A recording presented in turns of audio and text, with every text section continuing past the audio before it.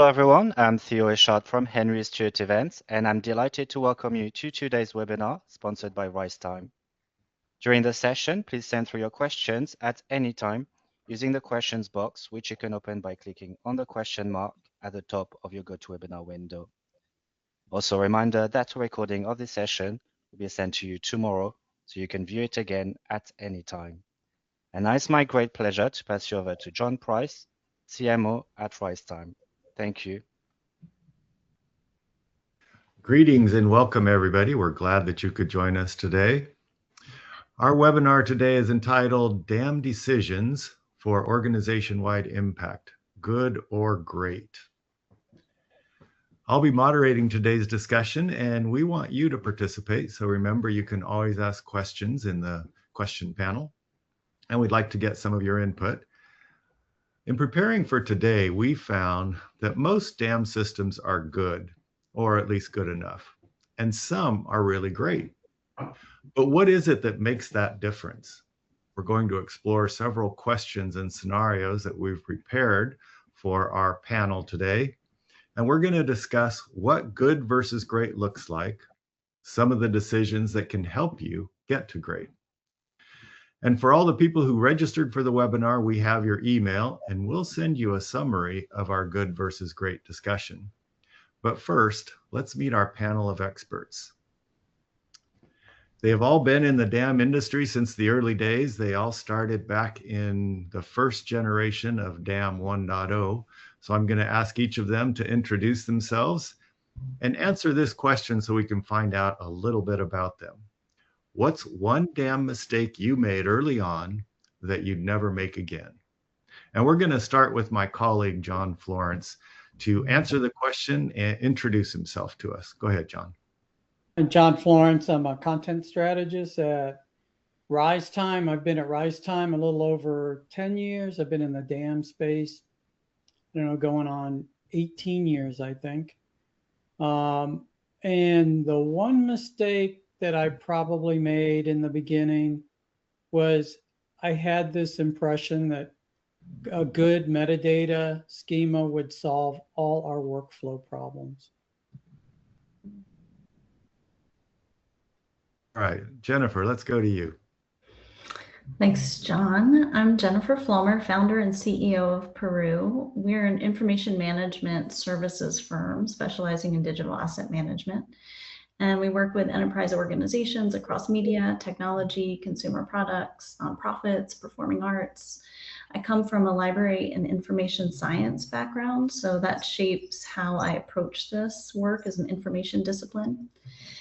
And a mistake I made early on in my career, I was brought in to implement a DAM for a nonprofit.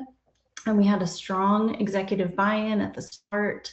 A key sponsor understood the vision, had the authority to drive it, but midway through they left unexpectedly. And my mistake was that we did not make sure that vision was fully transferred and embraced by another senior leader before we continued. So we delivered the project, but without that executive backing, the project was not delivered. It didn't land as we had hoped. So that my mistake is not treating executive sponsorship as a checkbox. It's something that you have to continue to maintain throughout the beginning days of the project and throughout the entire time that you have the DAM. Indeed. Wow. All right, Boulant, last but not least, go ahead. Hi, this is Bülent Togun. I'm the founder and president of SignGate. I've been in the DAM space for about 26 years. I started working for a vendor, implementation specialist for a vendor. And then in 2007, I founded SignGate. And now we are a software vendor again with our OneTech integration platform for the DAM solutions. And one of the things I learned very early on was to take everything the customers was asking, the organization is asking literally, and put that all in the DAM system, especially metadata. Ended up with 100 metadata fields that nobody wanted to ever fill. Nobody cared. And it was quick to learn that it wasn't an easy system to use. So we had to iterate over that multiple times to reduce it to something manageable, something usable. And from that point on, I became more of a advisor than just a listener when I started implementing the dam solutions. Great.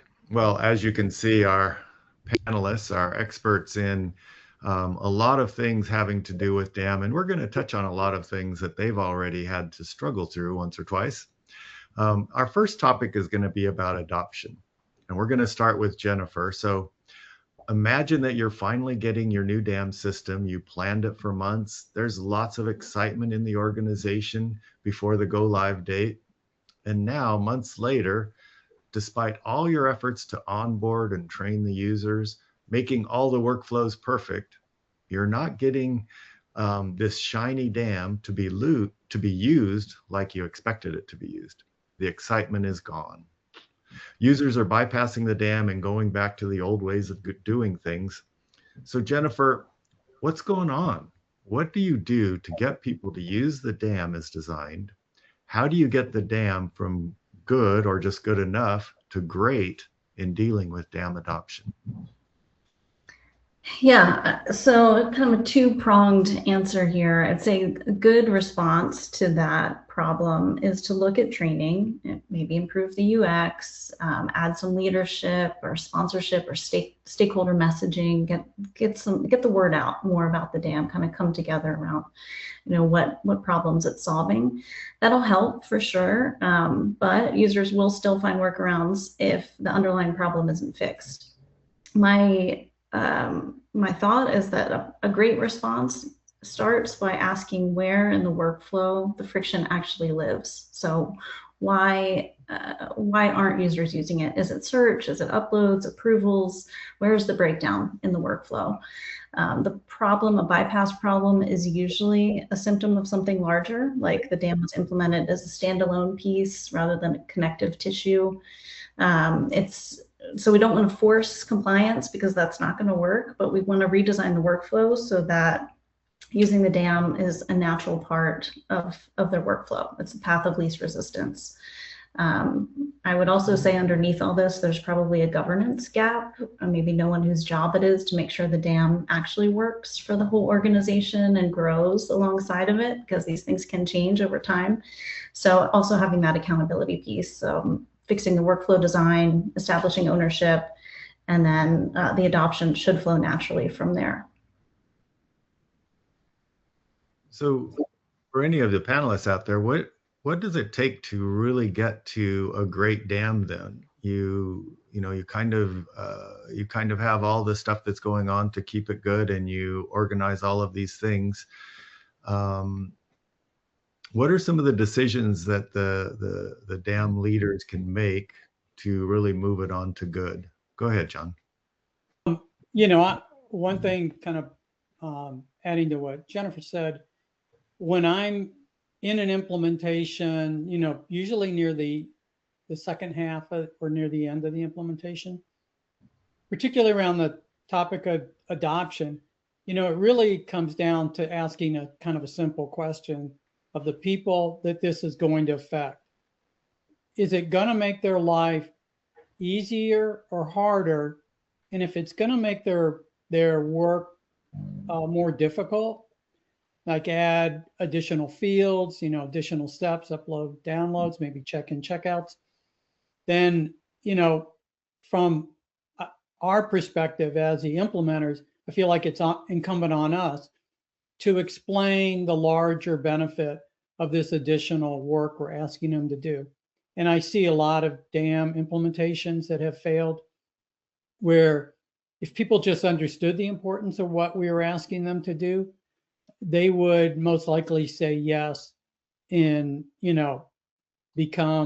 not necessarily become evangelists or champions, but they would fall in line because they know they're contributing to a greater good for the organization, versus this is someone just saying, I'm going to make your job harder, but I'm not going to measure you on this additional effort. You're still measured on what you were doing originally. So that's what I would add to that. So, Belant, we have a question in the panel from Michael Thompson. How often is the adoption connected to the deliverables, such as lacking the dynamic ability to create real-time assets that are updated to the user's needs? That makes sense? Yeah, it makes sense.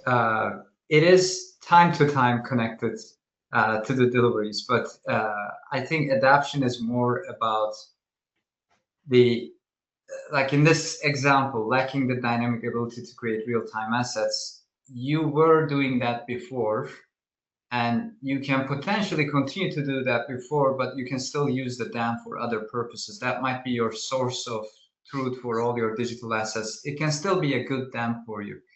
It will make it great if you add the one feature that is potentially heavily used. So people may not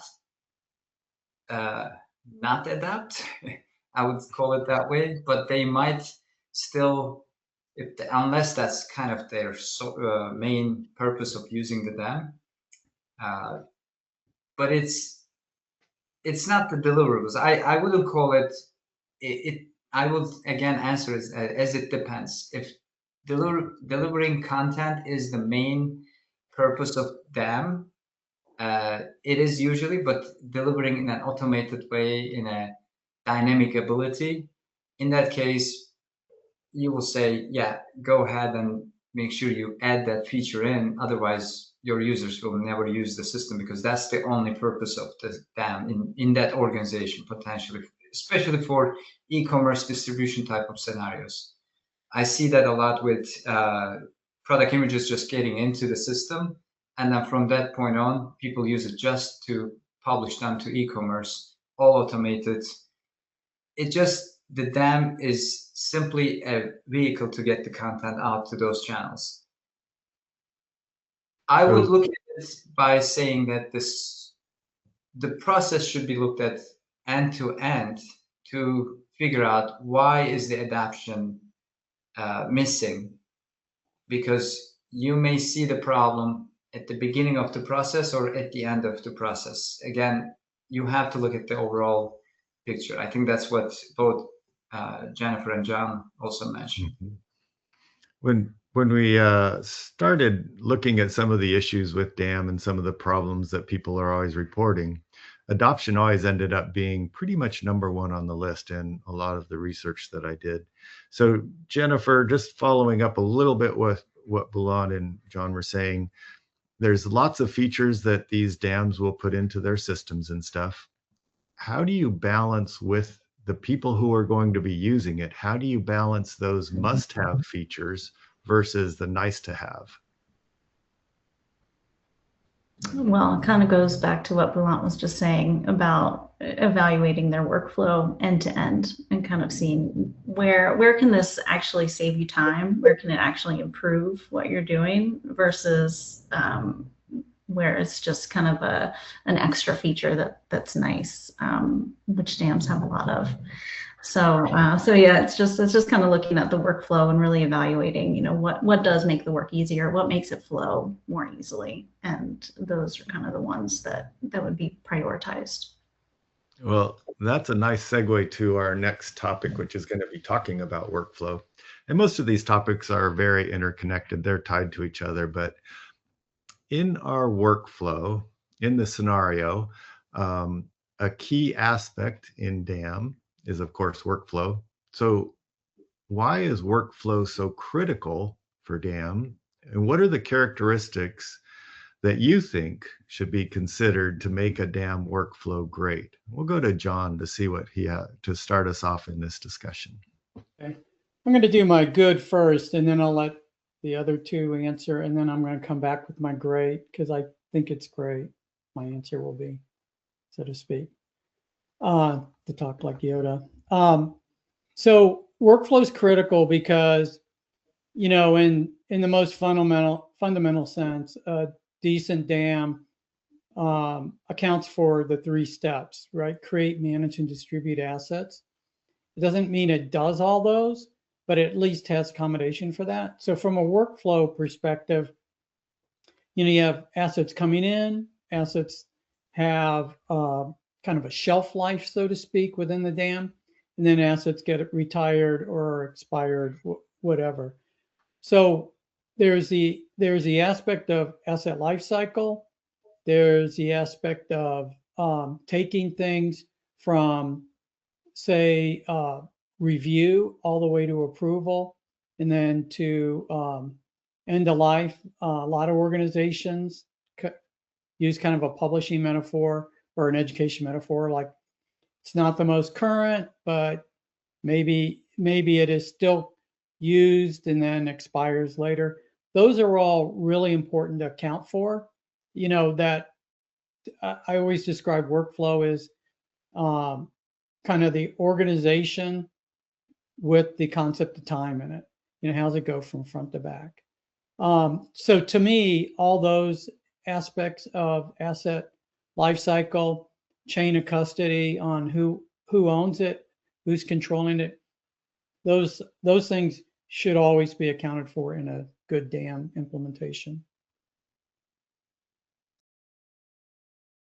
So, Bulent, how would you, you talked a little bit about workflow in the last response. How would you look at workflow if you're evaluating it in terms of the business outcomes? So if we're trying to get to really positive business outcomes for a great dam with great workflow, what would that look like? So I think understanding how business works today is really key. Without the dam, or maybe with an existing dam, but it's potentially dysfunctional and the organization is looking to make a difference.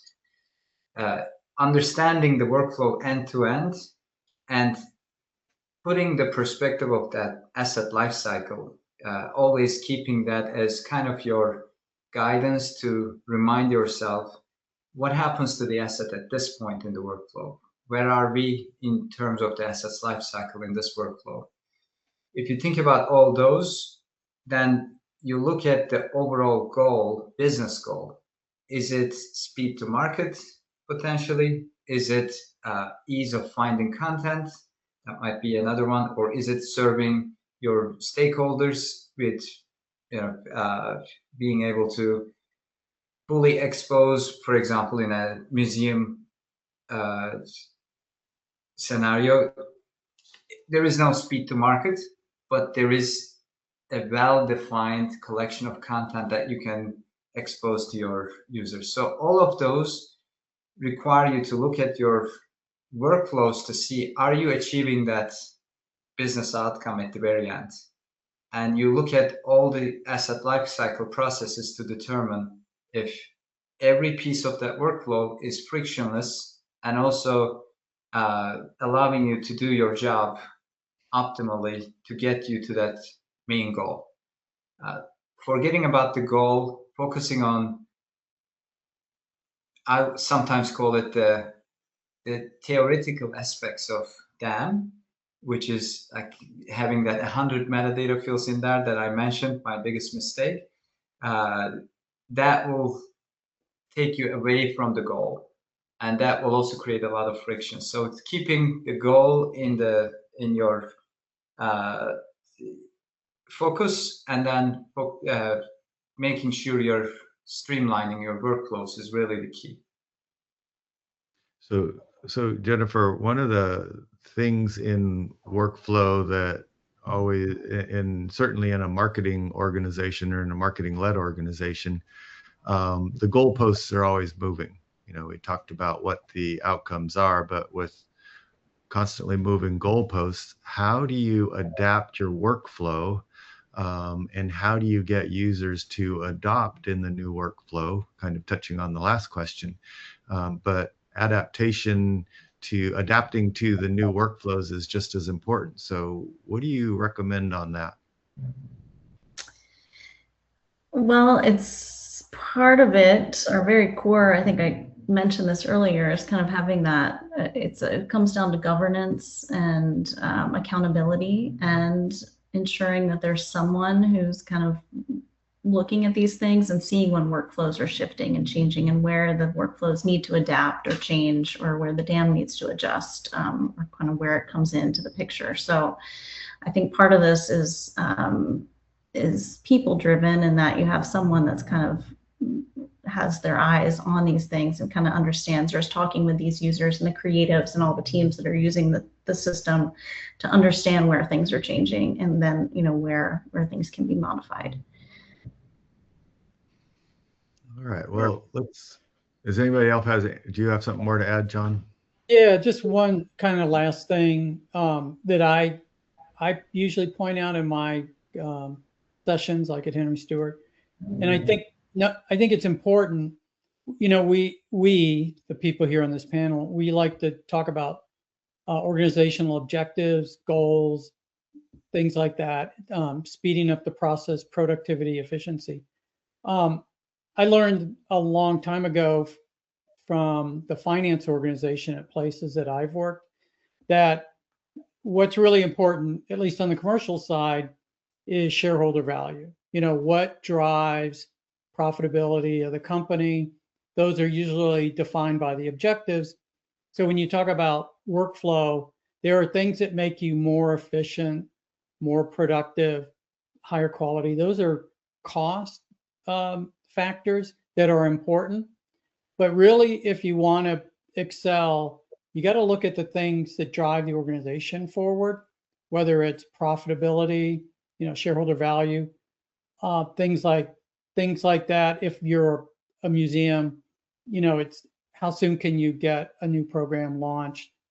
Those things get into driving what the C-level really looks at, because they don't typically look at how productive one graphic artist or one production person is. If you can highlight those metrics and show how your workflow affects that, then you get their attention and you get their sponsorship. And then good things continue to happen, hopefully, after they notice that. All right. We're going to move on to the next one. You guys are doing great. This kind of goes into Bulant's wheelhouse, integration versus impact. We know that integrations are important. That's what you do every day, Bulant. Lots of data has to be exchanged with other applications in the environment. So talk about these damn integrations. How do you ensure, again, that your outcomes are improving?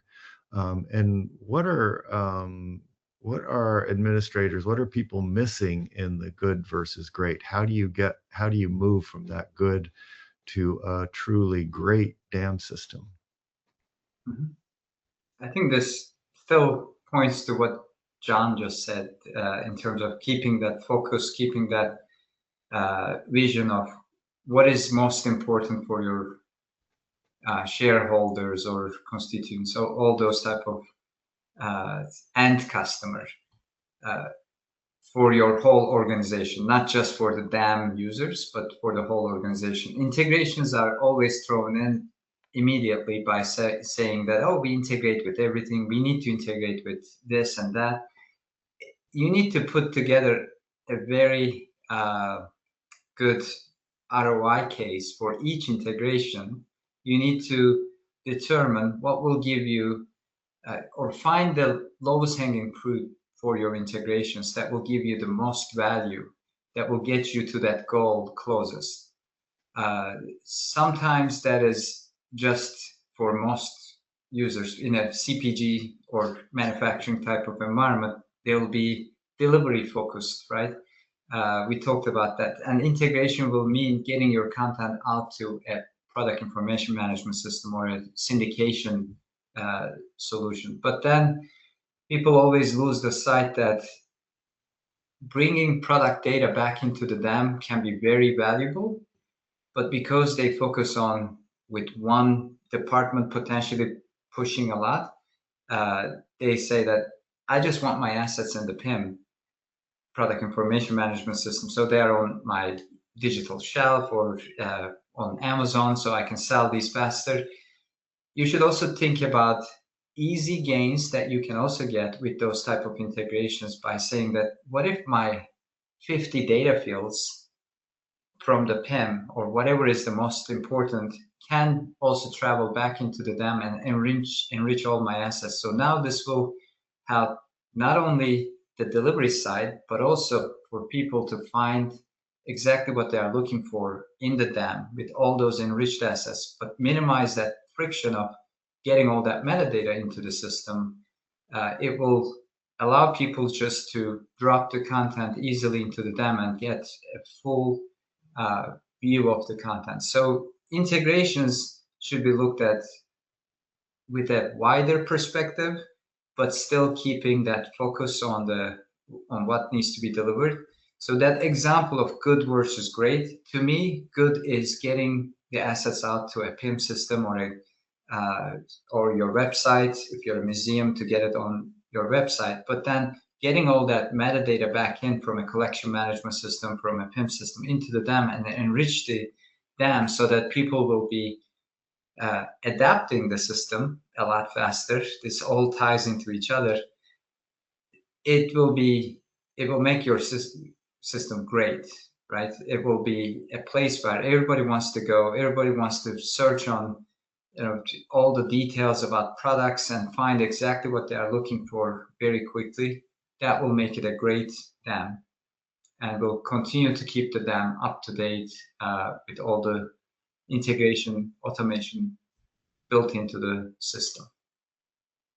So let me throw something out to all of our experts. Volunteer if you'd like, but when we talk about workflow and we talk about integration and all of this, there seems to be a push right now towards, much more automation, much more automated workflows within the processes that are going on.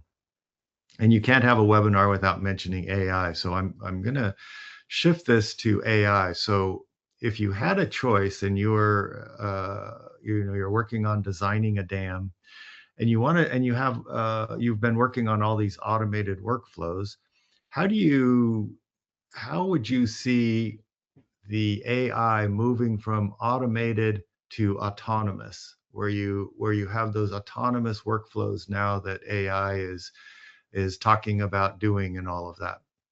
Any volunteers to touch on automated versus autonomous and how AI would play a role in that?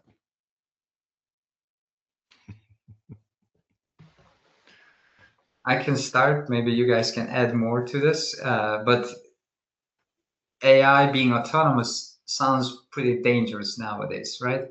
Because we all know, we ask a question and it tells us something completely wrong, and you have to correct it, and it says, "Oh, sorry, yeah, you're absolutely right." So letting it loose is a little scary nowadays. And seeing the results after letting it loose, not immediately you see great results. You ask the questions to AI and it gives you great answers. But after the time passes, you will start seeing deviations and you will start seeing mistakes. So there should always be a check and balance in this whole use of the AI. A good example can be some DAM systems are adding this, or you can build this on top of platforms, integration platforms, or automation platforms also. You can call AI to determine, for example, how an asset should be classified in terms of access in the DAM based on the metadata. You can put those as rules, as we used to do all the time before AI became a thing, where it's kind of 2 + 2 = 4, right? And then you go and use AI in that process. The AI can potentially interpret something a little bit differently and come up with a solution where you might say 2 + 2 = 4, but AI may tweak that a little bit, and you may run into problems. So where you have confidence and you have less risk, you should leverage AI, in my opinion, and put that as part of your automation processes. Good example is like determining if an asset should be published to a website based on completeness of metadata, so that you remove the human factor from that. But all those checks and balances should be in place so that you don't release something without those checks go through, right?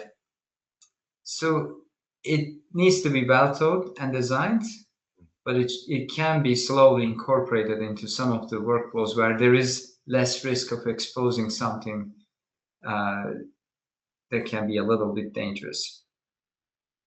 Yes, that's a good response.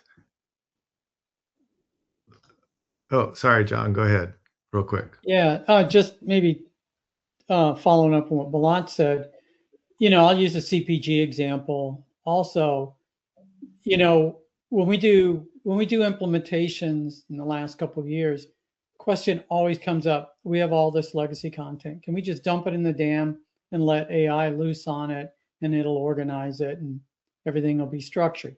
And I'm speaking specifically in a CPG where it's a company that sells products, physically or through e-commerce, however. The feedback I always give them is, look, if you have, traditionally we had this concept of, single source of the truth.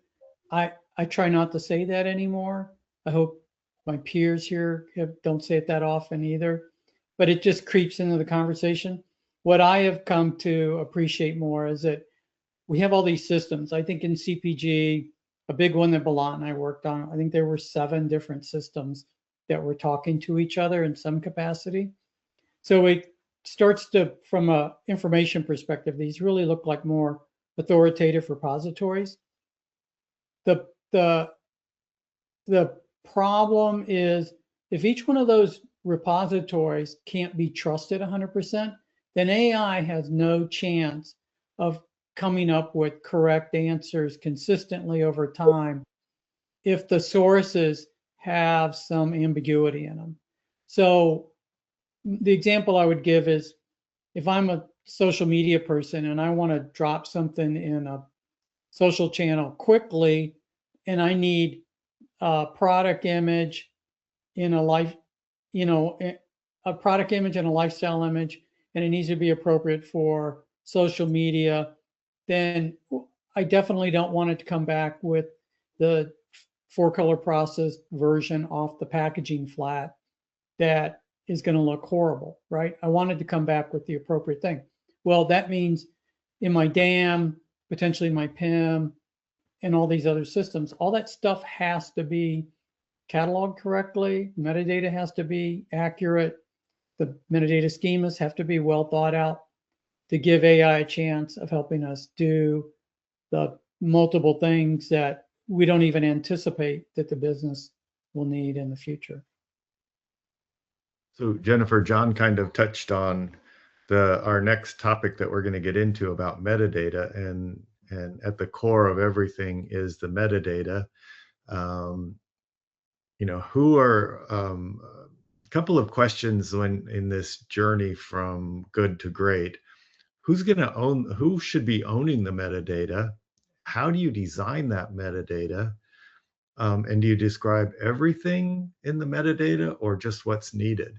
And particularly when you get into marketing and you have a lot of personalization and customer data and all of this other stuff that's coming in that relies on the metadata or that might even be adding to that metadata, how do you design a metadata structure that's going to be foundational for your entire DAM, that not only is going to be adequate for today, but is going to be able to be great in the future?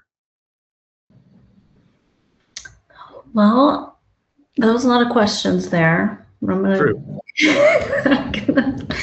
gonna say, in terms of what stuck out, who owns the metadata?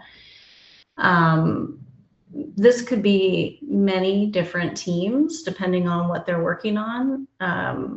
But what's important, I believe, is that they need to agree when these, different teams may have different terms for the same thing, and we need to agree what those terms should be, what the company's official term is for that, and what are the variations, and how does that show up in different areas. So I think you have to involve the teams that are closest to that data, if it's coming from a design team or a printer in the case of a consumer products manufacturer, and then kind of how that gets translated up to the website. You need all these people in the room to determine what are our standards around these different things. So I think there are certain owners that are closest, kind of where the metadata comes in, but you also have to talk about where it goes out and sort of how it looks to other consumers of it. So a governance board, I think, kind of a thread that we're stringing throughout this is governance, and kind of making sure that there are conversations around what these terms are and how they're applied in the DAM and where they show up in the different systems that they're either coming from or going out to. I don't know if I answered some of the questions. You answered some of the questions. You're right. There was a lot of questions in there. How do you, well, I'll let John figure out, I'll let John or Bulent come back with some of the answers to the other questions. You got that, John? I'll give a short answer. I'm picking some of this up from Henry Stewart's, New York and LA, but I think when we're designing metadata, I see three things. I see, let's put every possible metadata field we can in there, which is so much fun when they have 65 to 100 fields to fill out. I see people using vocabularies that, like, and I'll pick on video because I'm doing video now, and I'm hearing terms that I don't recognize, and I think I'm pretty video savvy. And then you find out, well, they used this non-linear editing tool back in the 2000s, and they had terms for these different production aspects, and they've just kept that internally as part of their vernacular for how they describe video, even though it's not grounded in any current standards. That's a second example. And then the third one is a simple one, is if you have more than 3 to 5 fields for anyone to fill out, I feel like when you get above 5, people are going to figure out ways to cheat or be more efficient, whether it's, picking other or picking the first drop down in a drop down list, whatever. The people have to be productive. They shouldn't have to go out and research the metadata on something they're working on. So I think it's incumbent on consultants like us to make sure that when they get to that step to fill out that metadata, that it's readily available, and it's not information that someone knew 6 weeks ago that they can't identify, and they have to start sending out emails, as an extreme example. So, Bulent, a question to you. Is it of value then to bring in somebody that understands and has knowledge on an information architecture? And how often do you see organizations that are deploying a DAM, building a DAM, talking to a DAM vendor? How often do those people come around to bringing in that information architect to help them out with that metadata foundational step? I think I'm seeing less and less of an information architect being used. The SaaS systems that we are all moving into are, the expectation is they're up and running quick, implementation is quick, the timelines are tight, so they are usually given maybe a spreadsheet to fill the metadata, and then somebody goes in and configures it, and the customer is doing the work most of the time, instead of a holistic approach to look at end-to-end processes, what supports as metadata across those processes, and then sit down and talk about information architecture around that, especially considering the taxonomies and how each system will interact with each other, the terminology used across these systems. It is less common now that I see that holistic approach. But failures sometimes drive that, as they see that the same term used, and because that's typically what we hear, DAM is not working. this is a terrible system, we need to change it. And they get another system, but that's not the solution. The solution is, how do you find the right metadata for people to come in and search for assets? How do you make sure they can actually populate the metadata also, right? Architecting around not just whether it's required field, whether this is just read-only field, all those type of things, whether it's text field or date field, those are the basics. It should look at across the whole process and the overall taxonomy, workshops around how people name things, talk about them. What is that internal, potentially tribal knowledge within the organization? How do they word things so that you make sure you cover all those aspects of the metadata? And I'm an integration guy, so I always add another dimension to this. Can I source this data from somewhere else so that I can still have my 50 fields if I want to, but I don't have to type anything myself. Somebody else who knows this information upstream will be able to, has already populated somewhere as they were giving an instruction to a creative person to create a piece of marketing material. All the campaign information is already there.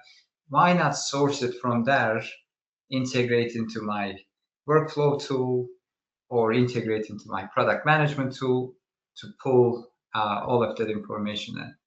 So that's why it is not a very narrow look into what metadata should I keep against this asset. It should be what is in my whole organization, what is the thing that is used to define this asset and allows people to do their job. That's why information architecture is really important, I think, for implementations, but it's a little bit going away. That's a really good point. And I'm going to skip our next question and go on to a different one. Because you brought up an interesting point about the current trend in DAM implementations, which is all about SaaS DAM. And one of the aspects of SaaS DAM is it's not very customizable. So Jennifer, talk a little bit about the customizations that Bulent was talking a bit about. How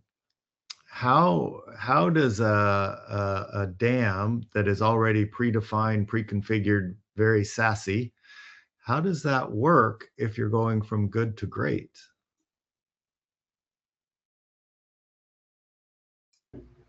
So what is good is kind of being able to allow different teams to use the DAM. Great would be kind of moving towards, having a core framework. I mean, this is what we've been saying this whole time. The core framework, that a structure, taxonomy, metadata, governance, all of those things kind of at the foundation, so that then we can let the teams flex and have flexibility on views, workspaces, workflow routing, other aspects of the DAM, kind of how they work, and again bringing it into designing it for a way that they're working. So I think that's kind of the core, and where we see things go wrong is when that standard, that core is not working, metadata is out of place or not standard across, and there's different terms, and then it's harder to let teams have their own views and interact with the system in the way they want. So I think kind of coming to that core framework and making sure you can flex on that, that will allow for a more scalable experience.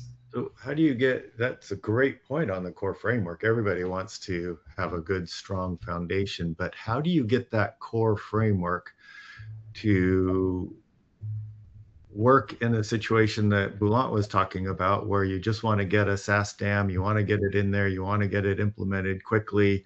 You might just be one small team or one part of the organization that just wants to be quick and dirty and get the DAM up and running. How do you work with that in terms of a core framework and making that SaaS DAM adapt to whatever the core framework you've established is?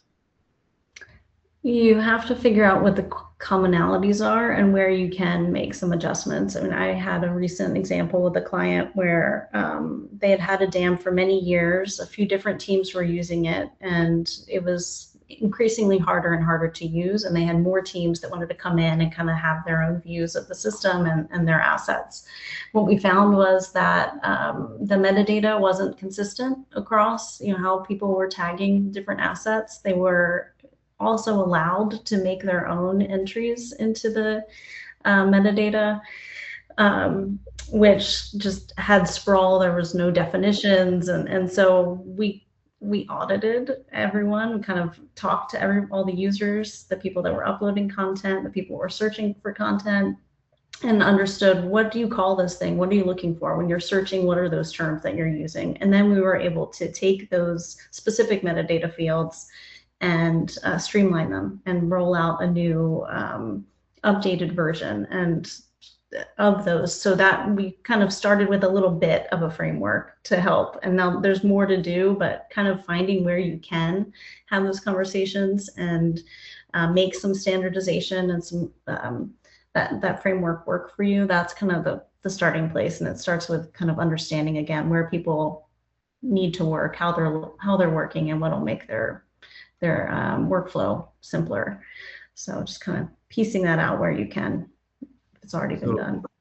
Along with this question, John, talk a little bit about your experience with some of the SaaS dams that you've worked with in terms of customization and scalability, and how that impacts the users, the organization. And from your perspective, what are some of the gotchas that can trap you in merely a good dam versus moving it to a great dam? Yeah, I think early on, I got mine started in enterprise dam. These were on premise, whether it was in the cloud or your data center, you owned it, C licensed models. They were great because they had a lot of flexibility. So you could, through configuration, make it your own and make it your own experience from a workflow and a user experience perspective. But, people tended to take those further through customization, adding in their own custom code. Compare that to the SaaS world. The premise of the SaaS world is best practices should already be baked into the platform. Things that are common to most users. That's the attractiveness, because you can get that at a lower price point through a subscription license. But what we've been seeing in the last few years are kind of two things. On the enterprise side, they've been folding in a lot of these customizations that were common across multiple customers into the core product. So they've become more robust and more indicative of best practices. And in the SaaS world, they've been watching kind of the basic feature sets of the enterprise world, and they've been scaling up at a pretty quick pace. And I think, today I would say that, with some key exceptions around permissions and use of folders versus metadata, that they're almost catching up. I think the big thing when we originally talked about this question was overly customizing your dam can make it more efficient in today's world, but can ultimately lead you to constraints when you need to upgrade and expand, bring on other parts of the business, things like that. Although, it doesn't help you if you're not efficient today, then no one's going to give you the opportunity to scale, because nobody wants to take on a dam that's going to slow them down. And I would say that when we talk about why dams fail, that's my top 3 reasons. Is somebody gets a dam, it doesn't really work that well. It's hard to find things. Only a few experts know where stuff is. And when they want to bring on a new group, they go, I don't want to be a slave to that, because that's going to hurt me in the long run. And so they get their own solutions. and then eventually the dams, fail and they start over again. Okay, let's move on. This is going to be our last question as our time ticks down.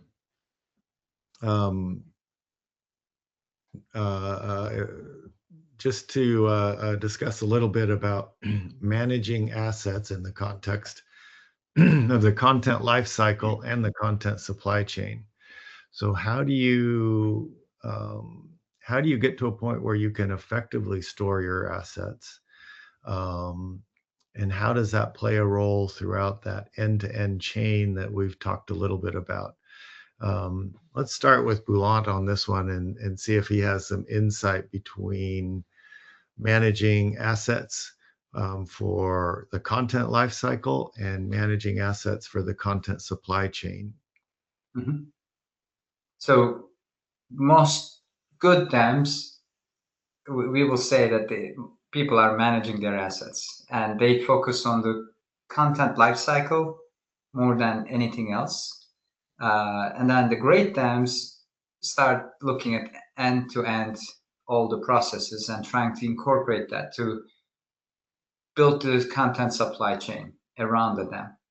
So when that happens, I think it becomes important to consider those core metadata concept or core framework concept, because now you're touching multiple departments. It's not just one department's assets in there. You're touching maybe the e-commerce side and then the creative teams and product teams. And you have to think about their needs and come up with that core framework.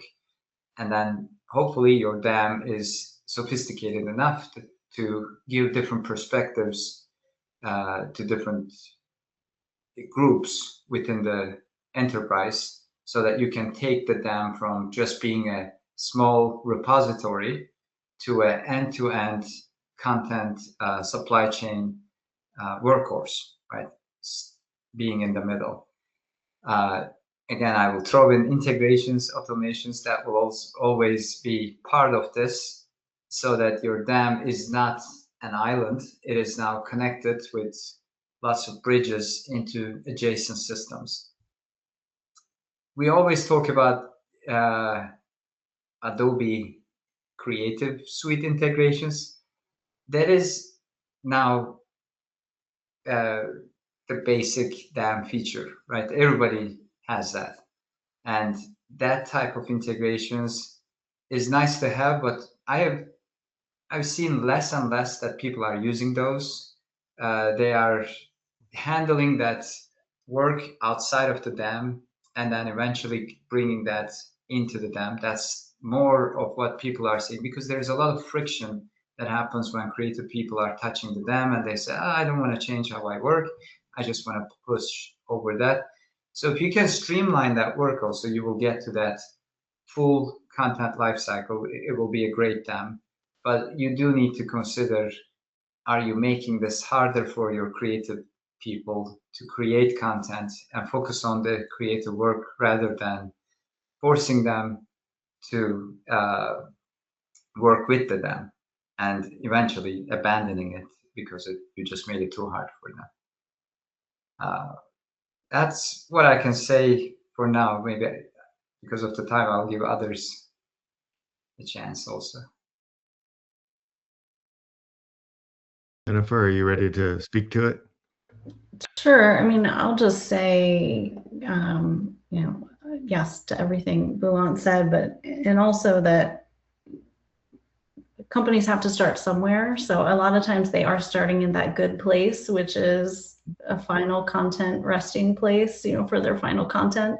And then once they get used to it, then they can kind of move into the work in progress of the distribution, the integrations, and that's good, right? Like that's a good place to start. And that's where I see a lot of clients and companies start, because they have to start at some place. So hopefully kind of building all those frameworks and everything we talked about so that they can get to that next step of integrating it into the entire content lifecycle, which would make it great. But it's okay to start with the good.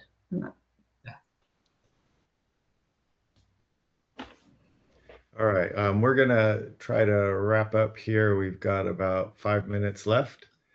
So what's next? Most dam systems are good enough, but good just manages the assets. And great transforms how your organization creates and connects and delivers content. Our panelists did a great job. They kind of highlighted a clear pattern, but the biggest changes aren't just about dam features. It's actually the move from good to great happens when you are able to do some of these things. Design for how people really work, not how the system is set up. Connect dam to the full content lifecycle, not just storage. Align decisions to business outcomes, not system activity. Build for scale across teams, regions, and technologies. These are some of the differentiators that all of you highlighted in the discussion of a good versus great. So as we close, let's find out how you would each rank these. So Belant, we'll start with you. How would you rank these 4 differentiators between good versus great in terms of importance in your experience? I'll go with number 1 for me is align decisions to business outcomes.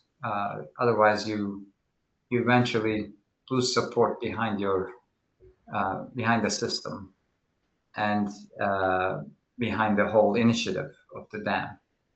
And then also number 1 becomes important. If you don't design for how people work, adaptation becomes a problem, and again you lose support and you're gonna abandon the system. And you have to make people happy about using the dam, not like, oh, I have to go into the dam to pick up this asset again. So getting from good to great, focus on business outcomes, focus on how people worked every day, and then talk about the build for scale. If you're going to the enterprise level, if you're going across departments, build for scale so that you have that core framework and little adjustments to that framework to adapt to different departments, different use cases. And finally, always remember the full content lifecycle at the end. Are you missing something? Are you missing to archive? Are you missing? Think about those concepts and then complete the picture, make it a great system by adding that last step. That's how I see it. What about you, John? I agree with what Belant was saying, but I would reorder them slightly different. I would say I would go, my first one would be number 3, and then I would say 1, 2, and 4. That would be the order I would address these in. Jennifer? I would say 1, so design for how people really work, because it will fail if it doesn't. My number 2 is build for scale, and then 3 and 2 from there. All right, as we wrap up, this is a rubric that will sort of help to show the difference between good versus great. It's a tool you can use in making all of those dam decisions. And thanks for joining us. Remember, if you registered and provided your email address, we'll email a summary of all the experts' opinions and comments on the good versus great insights for each questions. If unsure, you can just send me an email. My email is john.price@risetime.com, and we'll make sure that you get the information. So thank you to our experts, and thank you to Henry Stewart for this webinar. You guys did a great job, and if you have, we have about 30